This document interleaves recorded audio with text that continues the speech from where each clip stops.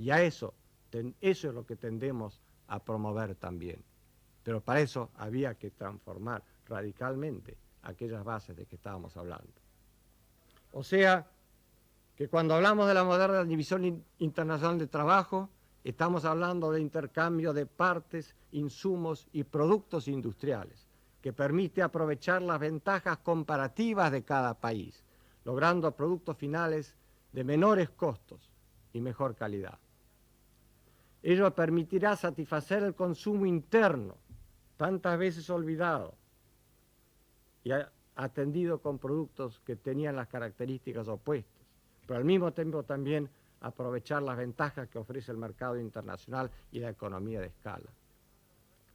Este concepto de la moderna división internacional de trabajo está llevando en el mundo a una tremenda relocalización de actividades industriales, de las cuales la Argentina no debe ni puede estar ausente si no quiere seguir en ese aislamiento frustrante del pasado.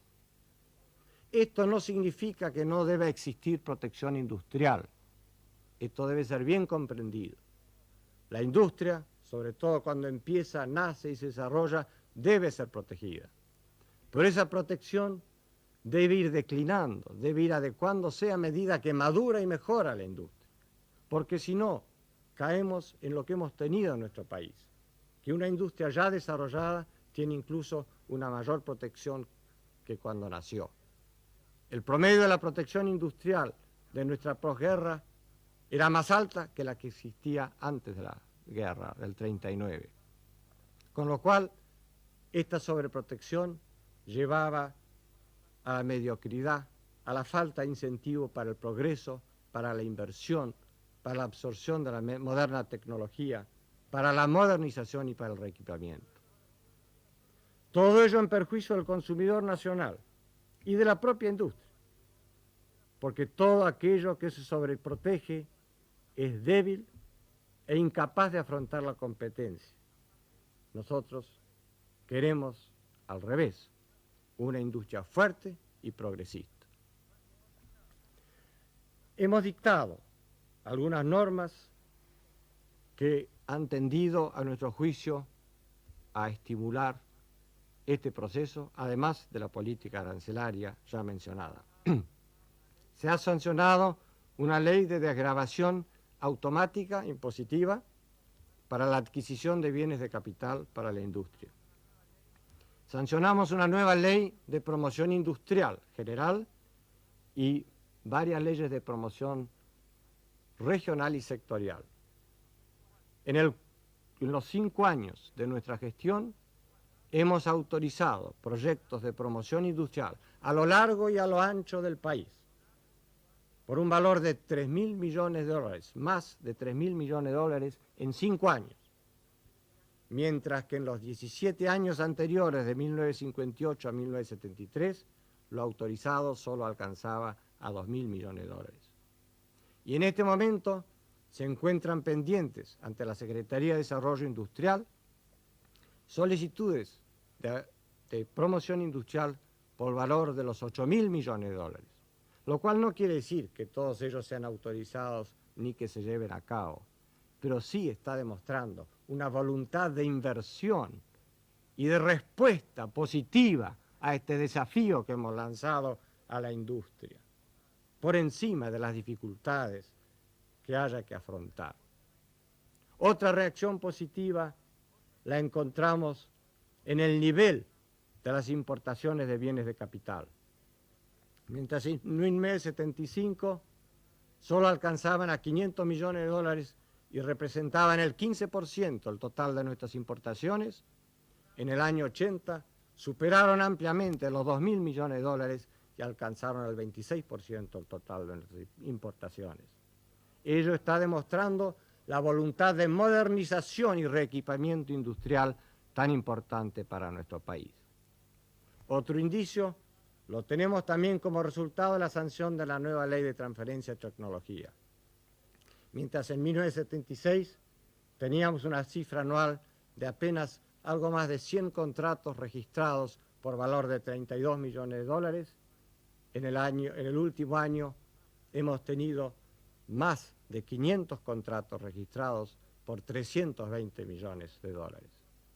De nuevo, aquí estamos viendo el adelanto de la nueva tecnología que se va incorporando al país, que antes estaba frenada por conceptos a nuestro juicio totalmente equivocados y contrarios al interés nacional.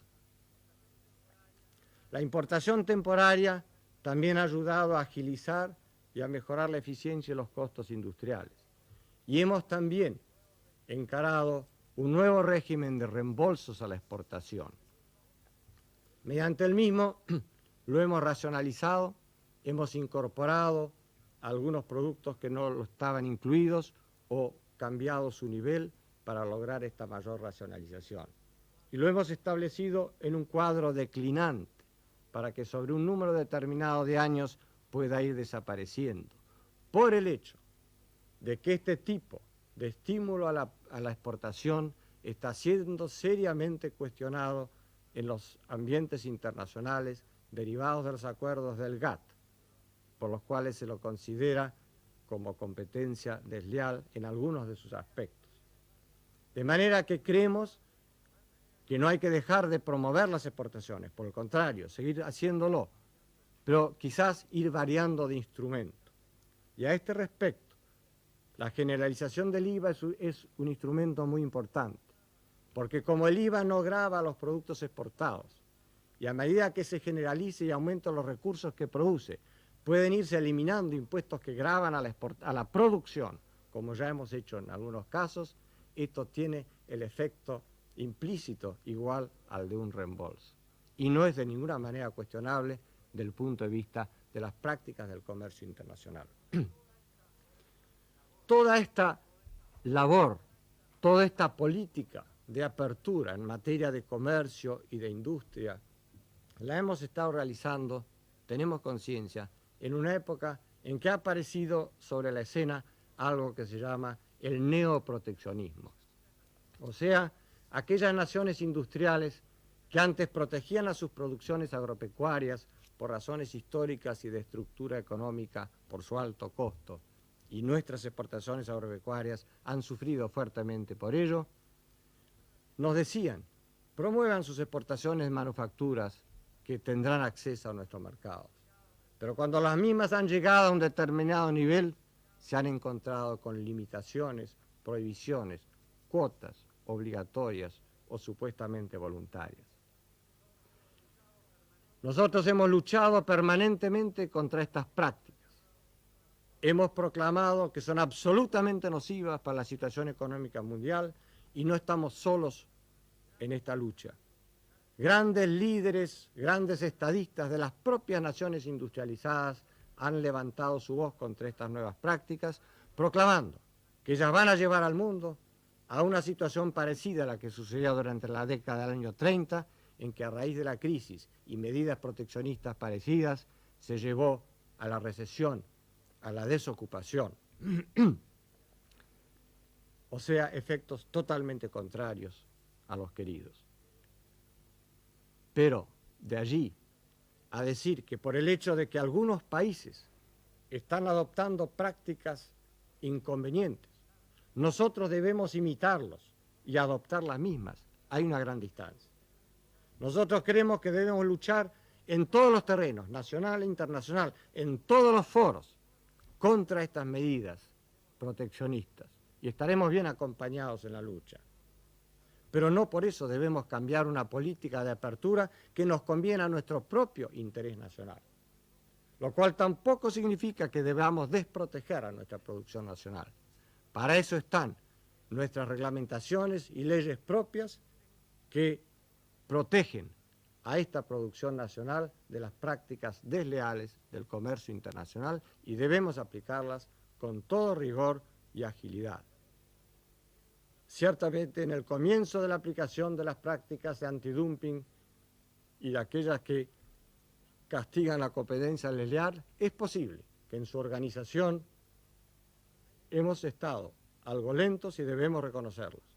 Pero creo que ya está en marcha el sistema en la forma de vida y esta debe ser continuamente perfeccionada y llevada adelante porque esta es la vía que corresponde y no el deshacer la política de apertura para luchar contra el neoproteccionismo de las naciones industrializadas.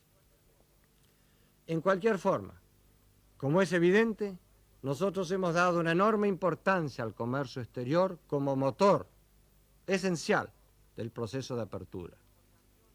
Nuestras exportaciones en este periodo de 5 años han crecido en un 170% y nuestras importaciones lo han hecho en un 165%. En el periodo del 75 al 79, la Argentina ocupó el tercer lugar en cuanto al ritmo de incremento de sus exportaciones en el mundo. En todo este periodo ha sido una preocupación constante nuestra el que hayamos debido dedicar una gran parte de nuestra atención a la apertura de nuevos mercados, tanto en regiones del mundo como en cuanto a diversos productos, y creo que se ha hecho un gran adelanto en la materia. Antes, así como en materia industrial, hemos dictado estas leyes y estas normas que creemos que favorecen su evolución, también, paralelamente, en aquella materia agropecuaria a la que me refería hace un momento, creemos que hemos realizado una verdadera transformación de la estructura legal en muchos aspectos importantes. Y existen no menos de 12 leyes fundamentales que se han dictado en la materia.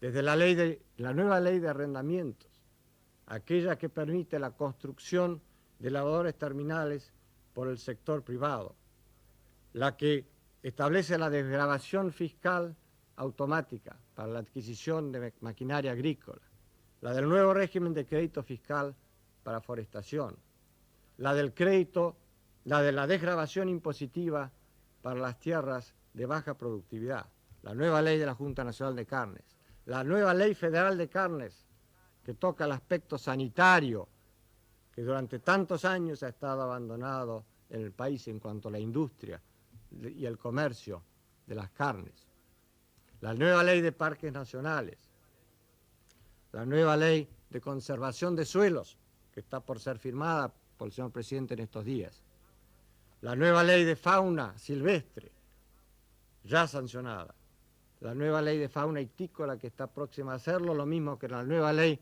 de marcas y señales que soluciona un problema con una antigüedad mayor a los 100 años en el país. No puedo seguir refiriéndome en detalle a cada uno de los sectores económicos porque el tiempo no me alcanza. Se ha realizado una gran obra en materia de transportes, obras públicas en general, telecomunicaciones, intereses marítimos. Todo esto, lamentablemente, me debo remitir a las memorias correspondientes de las Secretarías del Estado por falta de tiempo. Pero quisiera rescatar únicamente de estos sectores uno que considero crucial en el mundo moderno y que es el energético. Nosotros hemos puesto un gran acento en el desarrollo de esto que consideramos crucial para la existencia misma del país libre y que pueda tener realmente, llevar adelante su desarrollo económico sin sugestiones ni dependencias externas. Al respecto, nuestra política, nuestra estrategia global ha sido la de ir modificando la estructura de nuestras fuentes energéticas, dando mayor importancia a aquellas que provienen de los recursos renovables. Al primer plan energético para el periodo 77-85 lo siguió el Programa Energético 1980-2000 y el Plan de Equipamiento Eléctrico 1979-2000. En este último se prevé la triplicación de la capacidad de generación eléctrica instalada en 1978, o sea, en este periodo de 20 años, del 80 al 2000. Todo de acuerdo a una estimación de las necesidades de consumo y a la capacidad de financiamiento del país.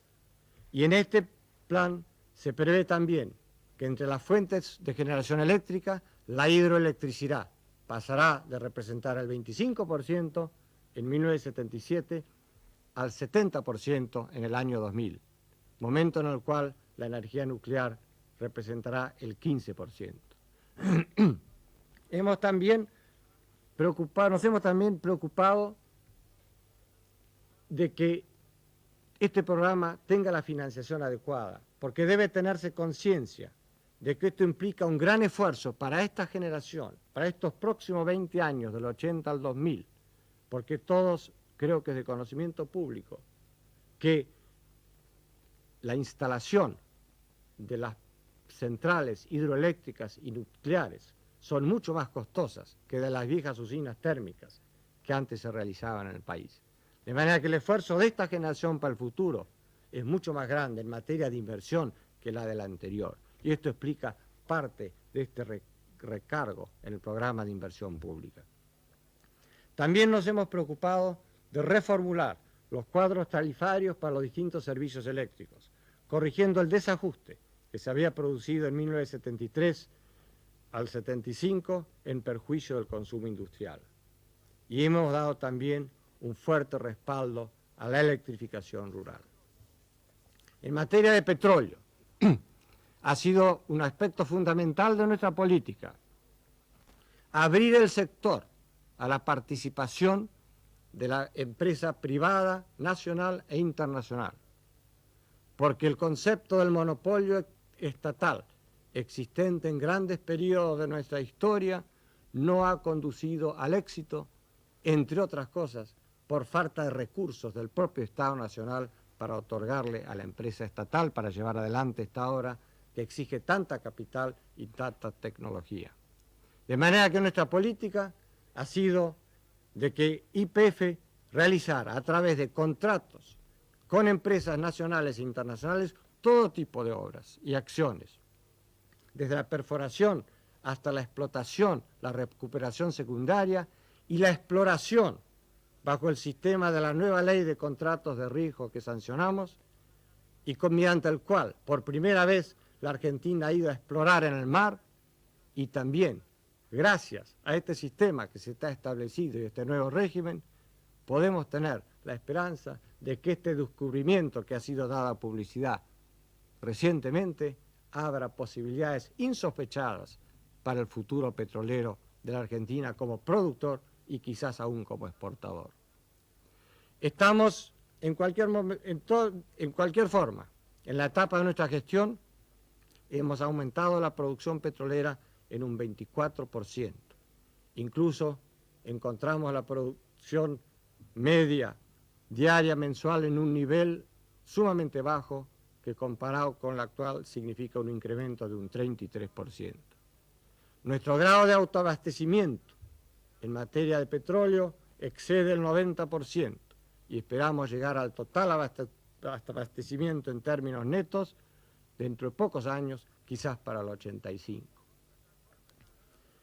En cualquier forma, ya está preparada un importante cronograma para los futuros llamados a licitación para exploración bajo el sistema regio en el año 81, y esto está en marcha y se continuará porque es de la esencia del país que no solo llegue al autoabastecimiento, sino que para mantenerlo frente a un consumo creciente y a rendimientos decrecientes de los pozos conocidos, pueda irse aumentando la exploración y aumentando las reservas comprobadas. En materia de gas natural, hemos también llevado adelante grandes adelantos. Hemos triplicado el volumen de las reservas comprobadas. Y ya no solo estamos en condiciones de autoabastecernos, sino también estamos en negociaciones activas con nuestros vecinos Brasil y Uruguay para poder exportarles a ellos también gas natural en cuanto esté terminado el último gasoducto que estamos construyendo, que es el Centro-Oeste, el cual se ha hecho, como dije antes, por inversión privada con pago por peaje, que es el mismo sistema que hemos utilizado para distintas obras de captación y tratamiento de gas. El gasoducto que une Tierra del Fuego y el continente, pasando por debajo del Estrecho Magallanes, fue empezado y terminado bajo nuestra gestión.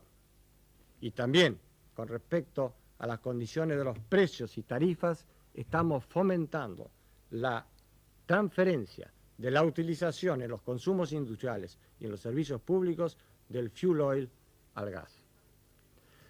Antes de dejar este tema de recursos naturales no suficientemente explotados con anterioridad, no quisiera hacerlo sin brevemente mencionar a la minería, que ha sido un sector totalmente olvidado en nuestro país. Hemos liberado 1.200.000 kilómetros cuadrados de tierras con expectativas mineras que se encontraban reservadas para el Estado Nacional y las hemos abierto a la explotación privada.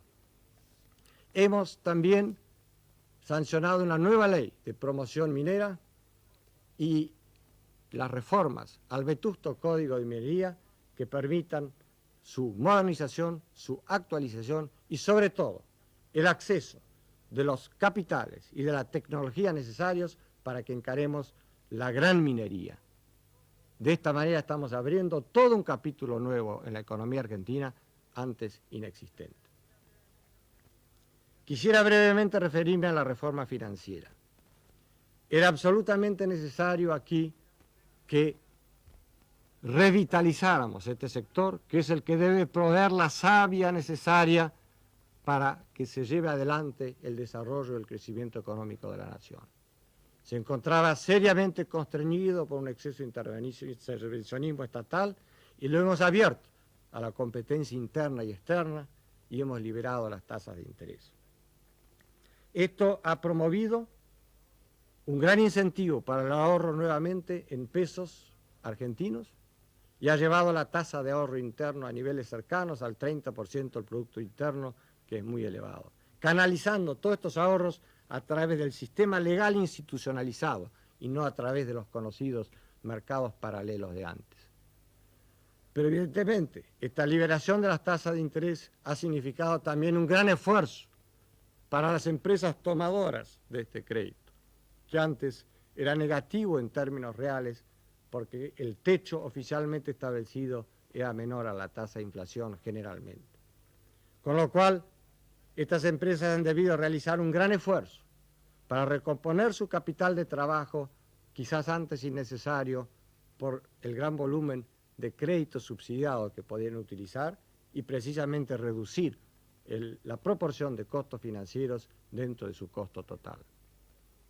Sabemos que este ha sido un esfuerzo duro, del cual todavía no hemos salido y estamos sufriendo algunas consecuencias negativas. Pero, evidentemente, hemos provisto ahora un acceso ilimitado a la fuente de crédito que antes estaba limitado solamente a aquellos privilegiados que podían conseguir el crédito a intereses subsidiados. Evidentemente, la liberación de este sector se ha producido quizás con alguna falta de madurez, tanto por parte de las entidades financieras como por parte de los tomadores de crédito. Esto ha traído, en ciertos casos, mal manejo, en otros, falta de responsabilidad en el ejercicio de la libertad nuevamente adquirida y también irregularidades que han debido ser severamente sancionadas por el Banco Central. Pero confiamos y estamos viendo que todo esto se está subsanando con los mecanismos del propio sistema y que el saneamiento del mercado financiero se está llevando a cabo de manera que va a quedar un sistema financiero fuerte y apto para una Argentina que quiere crecer y que necesita tener un mercado de capitales fuerte que promueva el ahorro interno, sin el cual no hay inversión posible. Sabemos, es de conocimiento público y nos duele que las tasas de interés se encuentran a un nivel excesivamente alto. Tenemos esperanzas yo diría certezas, que superada esta etapa de transición, las tasas de interés van a retomar su camino descendente y podrán ir encontrando el equilibrio adecuado para que las empresas puedan encontrar su financiamiento con el nivel correspondiente de tasas de interés. No quisiera dejar el tema financiero sin decir dos palabras sobre el mercado financiero internacional, que ha sido reabierto por nuestra política económica, tanto a nivel de los grandes organismos internacionales como el Banco Mundial y el Banco Interamericano de Desarrollo, donde hemos tenido niveles de crédito récord en estos últimos años. También en la banca internacional hemos obtenido las mejores condiciones de plazo y de interés posibles, y la colocación de títulos del Estado, de bonos nacionales en los grandes mercados financieros internacionales también han contribuido a lograr esta mejor financiación, que beneficia no solo al sector público para sus grandes obras públicas o para sus proyectos de inversión, pero también para el sector privado, tanto en proyectos de inversión como para su financiamiento normal. Con respecto a la política salarial, nos encontramos que en el momento inicial tuvimos que romper con la espiral salario-precios, que estaba llevando a la práctica de los aumentos masivos salariales que se transferían inmediatamente a los precios y terminaban perjudicando a los propios trabajadores que habían disminuido inmediatamente su poder de compra. Es así que entre marzo de 1975 y marzo de 1976 el poder adquisitivo de salario en términos reales disminuyó en más de un 30%. Nosotros, por el contrario, hemos estimulado un sistema de aumentos salariales no masivo y que esté en relación con los incrementos de productividad y producción de los diversos sectores, y hemos promovido además la jerarquización, tanto del sector privado como del sector público, que da un incentivo al trabajador a adquirir mejores responsabilidades, a ascender en la escala, teniendo remuneraciones diferenciadas y no achatadas como existía antes. En septiembre de 1979 pudimos llegar a la total liberación del régimen salarial sobre el piso de un salario básico establecido por el gobierno y la libertad de las empresas de convenir con sus sindicatos lo que se pagaba por encima de ese mínimo.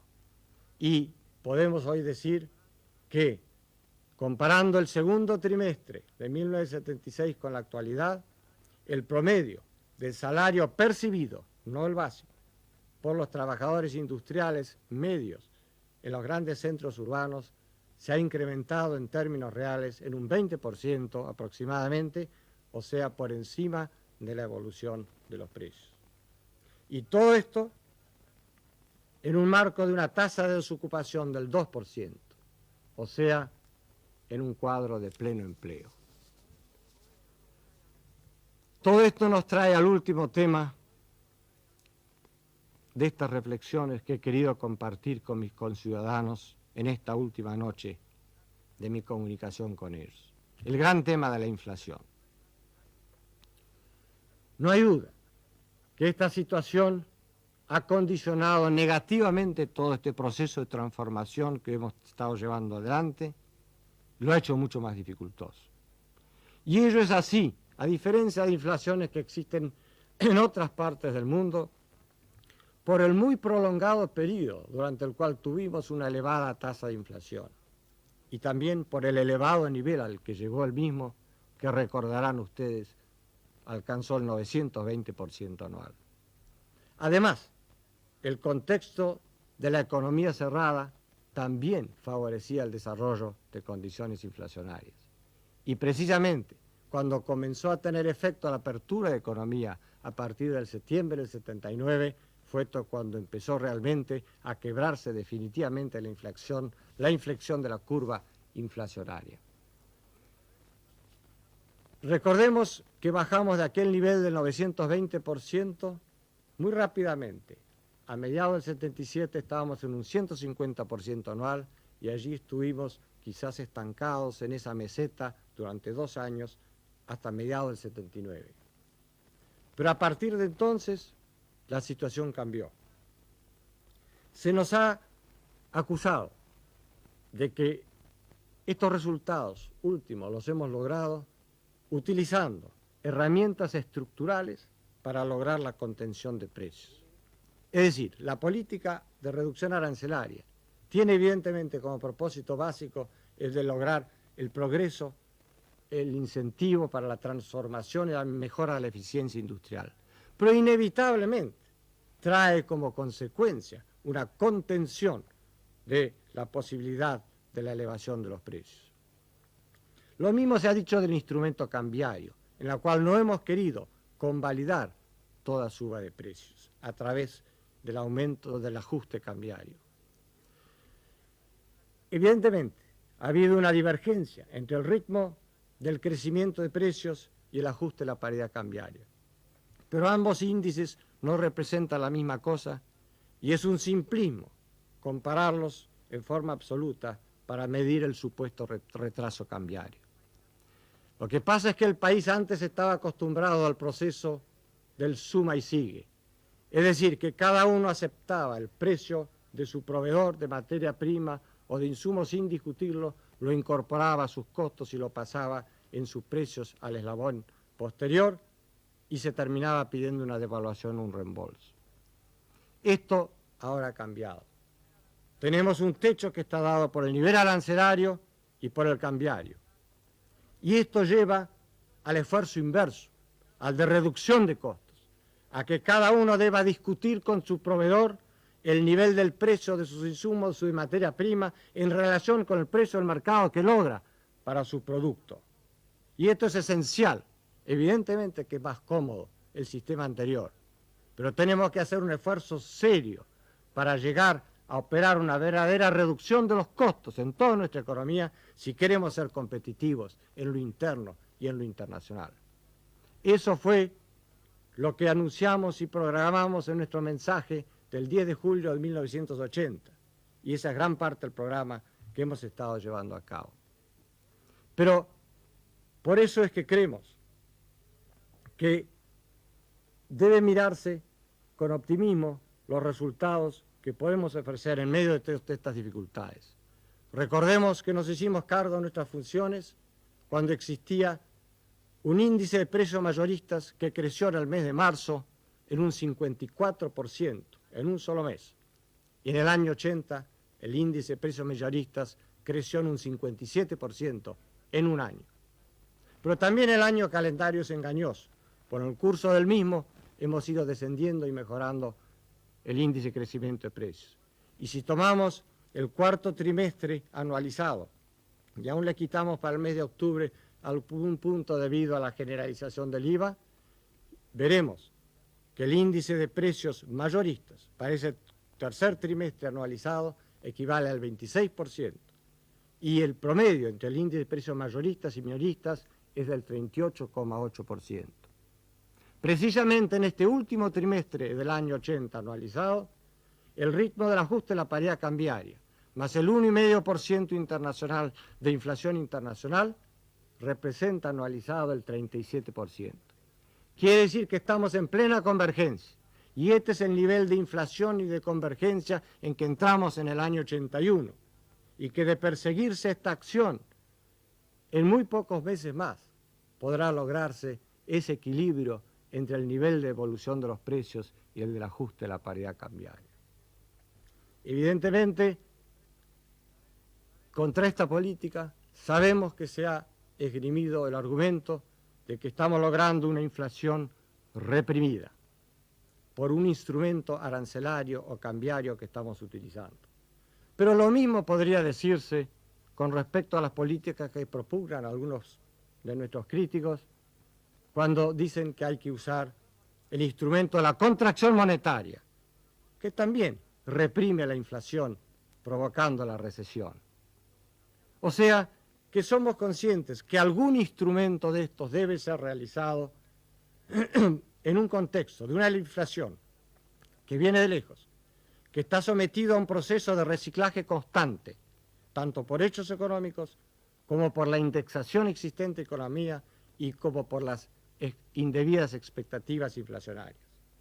Pero estos son los instrumentos que se deben usar mientras se sigue atacando el problema de fondo, que no se nos escapa y no queremos disimular, que es el de la reducción del gasto público, que tiene y sigue teniendo consecuencias indebidas inflacionarias y que está en la verdadera raíz del problema. En este sentido, es muy saludable, es fundamental. Hemos visto con satisfacción cómo la opinión pública ha recogido esto, se ha dado cuenta de esto y está ahora exigiendo a los poderes públicos que hagan un esfuerzo cada vez mayor y cada vez más serio para lograr la reducción del gasto público, y este esfuerzo debe continuarse sin desmayos.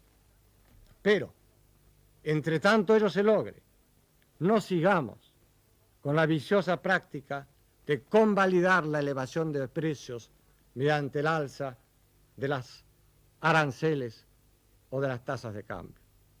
Ello es totalmente negativo y deshace la labor fundamental para llegar a la quiebra definitiva de la inflación. Al mismo tiempo que se ha ido llevando este proceso adelante de ataque a la inflación y de reducción de costos, hemos tenido también que ir realizando la contención de la expansión monetaria. En un proceso difícil o en un cuadro difícil, en aquel que encontramos que es del coeficiente de liquidez de economía, así llamado, ha estado en un nivel muy bajo. O sea que los activos monetarios del sector privado, que a comienzos de la década del 40 representaba el 60%, hoy del Producto Bruto, cuando nos hicimos cargo, estaban al nivel del 9%, y ahora los hemos ido llevando al 26%, en medio de un proceso de reducción de la expansión monetaria.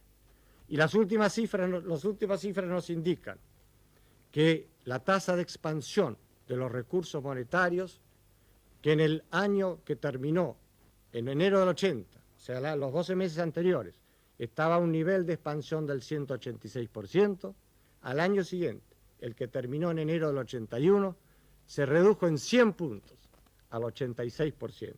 O sea que aquí también hemos logrado un progreso importante. Antes de septiembre del 79, cuando comenzó la inflación de la curva inflacionaria, todo el clamor de la opinión pública estaba concentrado en la necesidad de reducir la inflación como primera prioridad.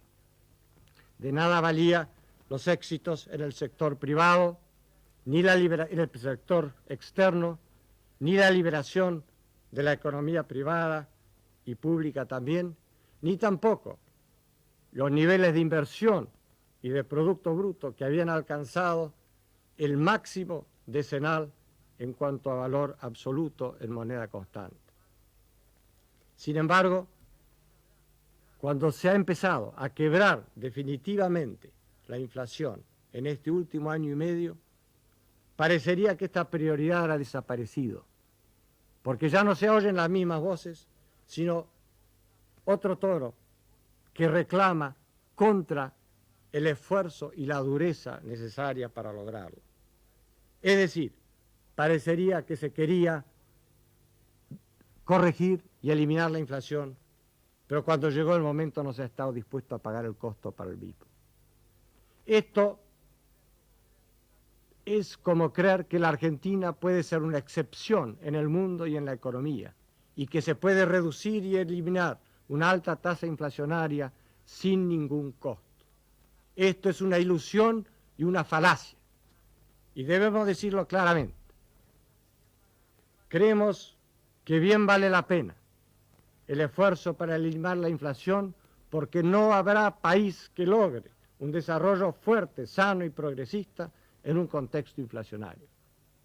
Sabemos perfectamente que no es fácil pasar de una economía distorsionada por el intervencionismo estatal a uno de mercado libre con un cambio de nivel relativo de precios. Sabemos que no es fácil pasar de una actividad sobreprotegida a un nivel de protección razonable. Sabemos que no es fácil pasar de intereses negativos subsidiados a intereses libres. Y sabemos también que no es fácil dejar de percibir subsidios abiertos o encubiertos. Pero la población debe saber con toda certeza que en economía no hay nada gratis, que el subsidio no cae como el maná del cielo. Si alguna empresa o sector recibe un subsidio, es porque otro sector o la comunidad entera lo está pagando. Lo que uno recibe lo paga otro. De manera, cuando un gobierno tiene la responsabilidad de decidir la aprobación o el establecimiento, llámese tasas diferenciales de cambio, tasas diferenciales de interés, aranceles, subsidios abiertos o encubiertos, debe tener una especial consideración de si esto está justificado por el resultado que debe obtenerse en relación al costo que deben pagar aquellos que deben afrontar un mayor precio por los productos que consumen o por los insumos que forman parte de sus costos de producción. De manera que, como conclusión, y para la comprensión del proceso que estamos llevando a cabo, yo diría que todo esto es esencial, que deba ser continuamente explicado a la población, que tiene derecho a saber qué es lo que paga y por qué. Esto es parte del sinceramiento de la economía. Durante demasiados años, el consumidor ha sido el gran engañado de las políticas económicas, que ha sido los 28 millones de argentinos no han sabido defender su posición y han sabido, de alguna manera, han estado continuamente engañados por los slogans que han estado en boga sucesivamente, de acuerdo a las diversas épocas. Nosotros hemos tratado de explicarle esto al consumidor y creemos que lo está empezando a entender. También le hemos tratado de explicar al productor, sea agropecuario o industrial, que más le vale la independencia de su libre iniciativa individual que la dependencia del paternalismo estatal para recibir privilegios o beneficios a costa de otro sector.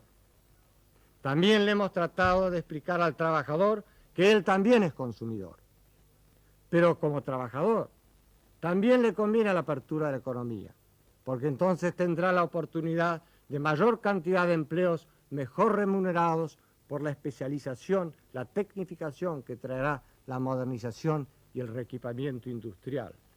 Y no estará dependiendo de una fuente de trabajo débil por su sobreprotección y expuesta a caer ante el menor soplo de la competencia. Todo esto forma parte de los grandes valores que hemos puesto en juego a través de la orientación de nuestra política económica desde marzo de 1976. Ello también nos ha permitido volver a darle a la Argentina voz y posición en el mundo, en que ha podido dar ejemplos de ejercicio concreto y serio y no vocinglero de su poder soberano en un contexto internacional complejo. Pero parecería que los argentinos no saben mirar alrededor suyo en el mundo y ver que hay grandes naciones industrializadas en este momento, de las más fuertes potencias del mundo, que están pasando por tremendas crisis de energía, de desocupación, de recesión, de inflación, y que nuestra economía tampoco puede aislarse de este conjunto. Pero también el argentino debe saber mirarse a sí mismo y a su desenvolvimiento económico en este contexto y verá que él no tiene desocupación, que por el contrario tiene abundancia de alimentos y de energía, y que si los altibajos del nivel de la actividad económica que hemos sufrido sirven para lograr la transformación de estas bases de la economía y para eliminar la inflación, entonces bien vale la pena haberlos pasado. Si el argentino así lo comprende, si así lo hace, yo no tengo dudas de que todos los esfuerzos de estos 5 años no serán en vano y que seguirá apoyando a las Fuerzas Armadas para seguir llevando adelante este proceso con la continuidad de las grandes líneas trazadas. Porque la población será la primera en exigir que no se vuelva a los esquemas fracasados con anterioridad a 1976. Que así sea y que Dios ilumine a nuestras Fuerzas Armadas y a aquellos en quienes han puesto la responsabilidad del gobierno. En un mensaje al país, al cabo de 5 años al frente del organismo a su cargo, hemos escuchado a su excelencia, el señor ministro de Economía de la Nación, doctor José Alfredo Martínez de Hoz. Ha transmitido LRA1, Radio Nacional Buenos Aires, República Argentina, y ATC, LS82, Canal 7, para todas las emisoras que integran la cadena nacional de radio y televisión del país, las que a partir de este momento continuarán la difusión de sus respectivos programas.